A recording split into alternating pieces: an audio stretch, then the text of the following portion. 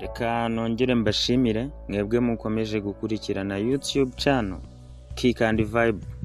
Ni amateka, ni ibintu byiza mu gihugu cy'u Rwanda. Byari bisanzwe, ntibyabagaho n'ubwa mbere.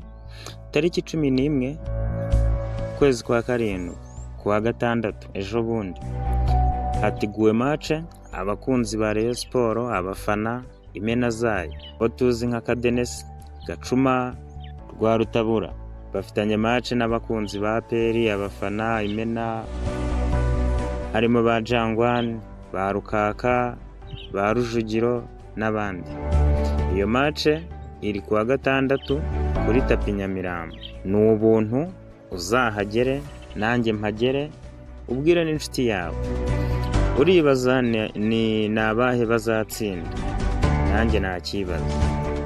Tegereze kuwa gatandatu hagere kandi ngushimire wowe ukomeje gukurikirana Kick and Vibe, aho tuzajya tubagezaho live ibitaramo, umupira n'ibindi bitandukanye. Nkibutsa ko no kuri iyo match tuzaba tuhabaye. Yarukira YouTube channel Kick and Vibe, kore subscribe, like na share, uduhe na comment. Reka nongere mbashimire.